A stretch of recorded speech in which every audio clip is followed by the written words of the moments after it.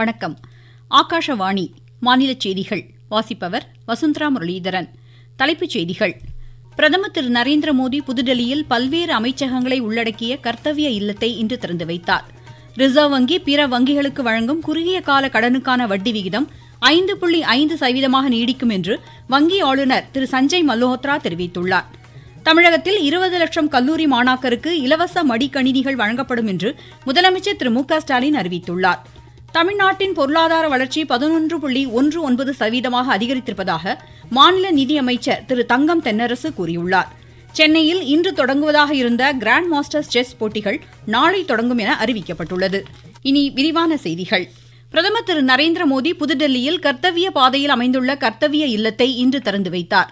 இந்த புதிய கட்டிடத்தையும் அதில் உள்ள சிறப்பு அம்சங்களையும் பிரதமர் பார்வையிட்டார்.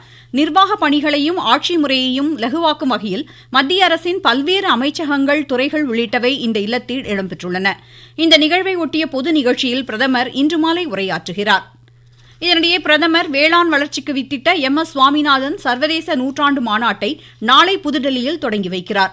MS சுவாமிநாதனின் நினைவு நாணயம் மற்றும் தபால் தலையையும் பிரதமர் வெளியிடுகிறார்.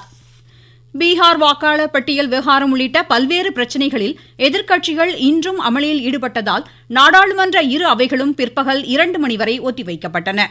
மக்களவை இன்று கூடியதும் 1945ஆம் ஆண்டு ஹிரோஷிமா நாகசாகி அணுகுண்டு தாக்குதலில் உயிரிழந்தோரின் நினைவு தினத்தை ஒட்டி உரையாற்றிய அவைத்தலைவர் திரு ஓம் பிர்லா, அணு ஆயுதங்கள் இல்லா அமைதியான உலகை படைக்க அனைவரும் உறுதியேற்க வேண்டும் என்று வலியுறுத்தினார்.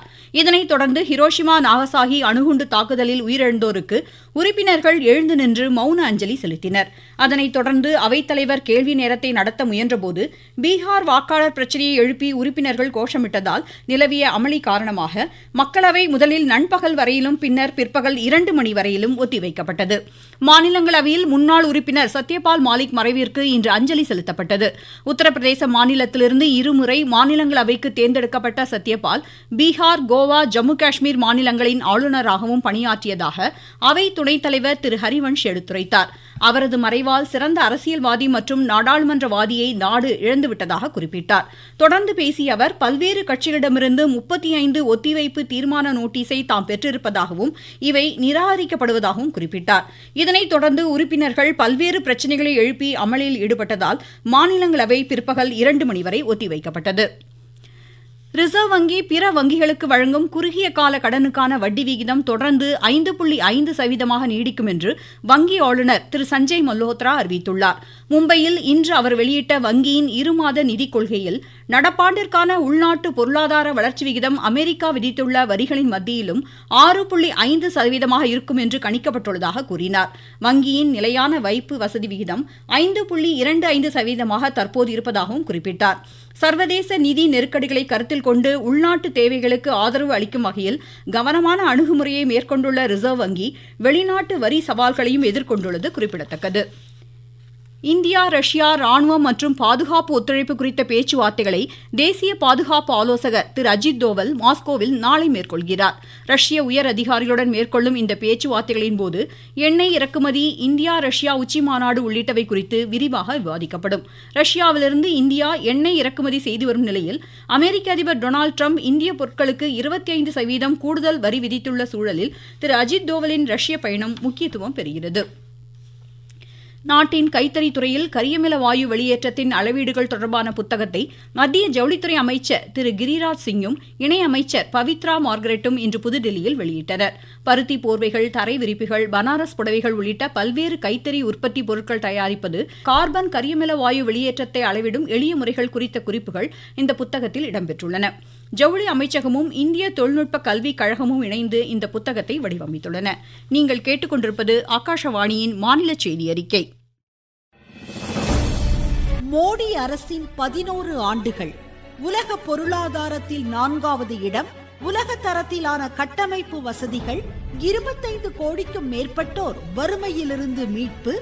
86 கோடிக்கும் மேற்பட்டோருக்கு இலவச உணவு தானியங்கள். அனைத்து துறைகளிலும் வளர்ச்சி, சேவை, நல்லாட்சி, ஏழைகளின் நலன். இதுவே மோடி அரசின் தாரக மந்திரம். வளர்ச்சியடைந்த இந்தியாவிற்கான நரேந்திர மோடி அரசின் பயணத்தில் இது அமுத காலம்.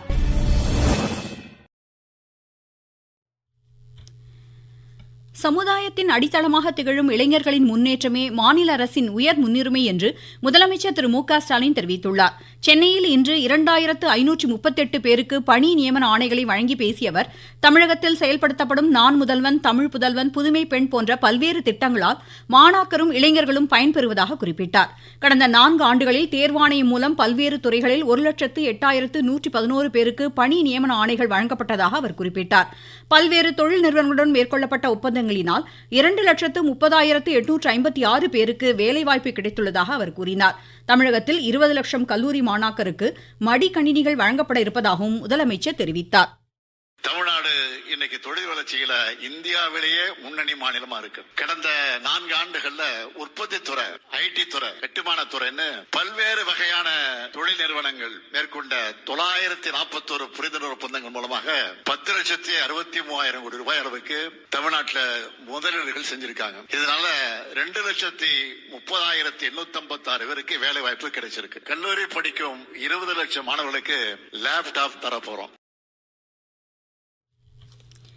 தமிழ்நாட்டின் பொருளாதார வளர்ச்சி 11.19% அதிகரித்திருப்பதாக மாநில நிதியமைச்சர் திரு தங்கம் தென்னரசு கூறியுள்ளார். சென்னையில் இன்று செய்தியாளர்களிடம் பேசிய அவர், 14 ஆண்டுகளுக்கு பின்னர் தமிழகம் இந்த இரட்டை இலக்க வளர்ச்சி வீதத்தை எட்டியிருப்பதாக குறிப்பிட்டார்.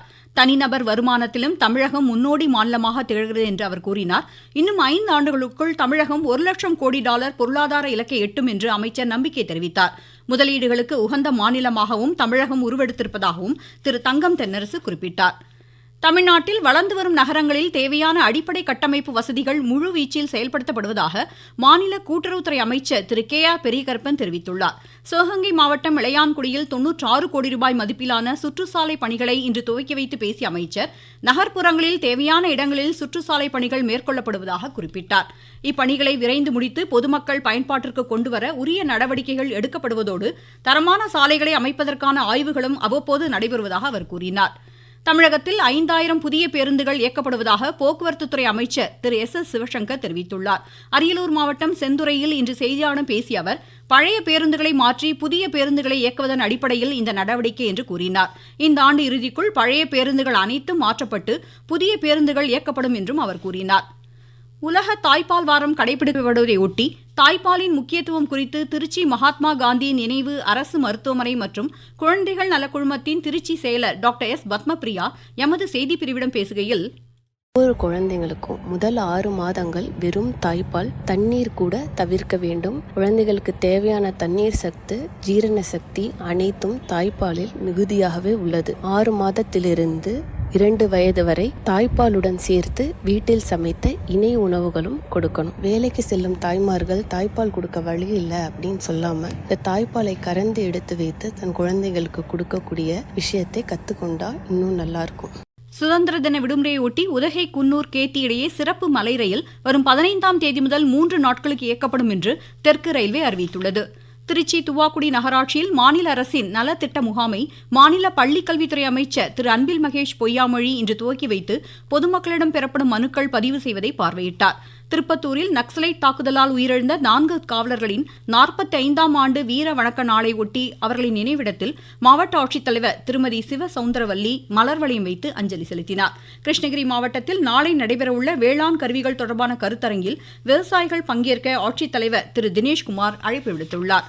ஒகேனக்கல் காவிரி ஆற்றில் நீர்வரத்து தற்போது வினாடிக்கு 16,000 கன அடியாக அதிகரித்துள்ளது. மேட்டூர் அணைக்கு 7,591 கன அடி வீதம் தண்ணீர் வந்து கொண்டிருக்கிறது. அணையிலிருந்து டெல்டா பாசனத்திற்காக 18,000 கன அடி தண்ணீர் விடுவிக்கப்படுகிறது. சென்னையில் இன்று தொடங்குவதாக இருந்த கிராண்ட் மாஸ்டர்ஸ் செஸ் போட்டிகள் எதிர்பாரா தீ விபத்து காரணமாக நாளை தொடங்குகிறது. போட்டிக்கான புதிய அட்டவணை விரைவில் வெளியிடப்படும் என தெரிவிக்கப்பட்டுள்ளது.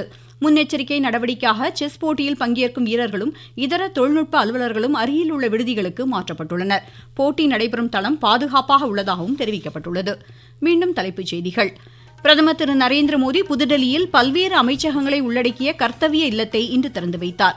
ரிசர்வ் வங்கி பிற வங்கிகளுக்கு வழங்கும் குறுகிய கால கடனுக்கான வட்டி விகிதம் 5.5% நீடிக்கும் என்று வங்கி ஆளுநர் திரு சஞ்சய் மல்ஹோத்ரா தெரிவித்துள்ளார். தமிழகத்தில் 20 லட்சம் கல்லூரி மாணாக்கருக்கு இலவச மடிக்கணினிகள் வழங்கப்படும் என்று முதலமைச்சர் திரு மு.க.ஸ்டாலின் அறிவித்துள்ளார். தமிழ்நாட்டின் பொருளாதார வளர்ச்சி 11.19% அதிகரித்திருப்பதாக மாநில நிதியமைச்சர் திரு தங்கம் தென்னரசு கூறியுள்ளார். சென்னையில் இன்று தொடங்குவதாக இருந்த கிராண்ட் மாஸ்டர்ஸ் செஸ் போட்டிகள் நாளை தொடங்கும் என அறிவிக்கப்பட்டுள்ளது. இத்துடன் இந்த செய்தி அறிக்கை நிறைவடைகிறது.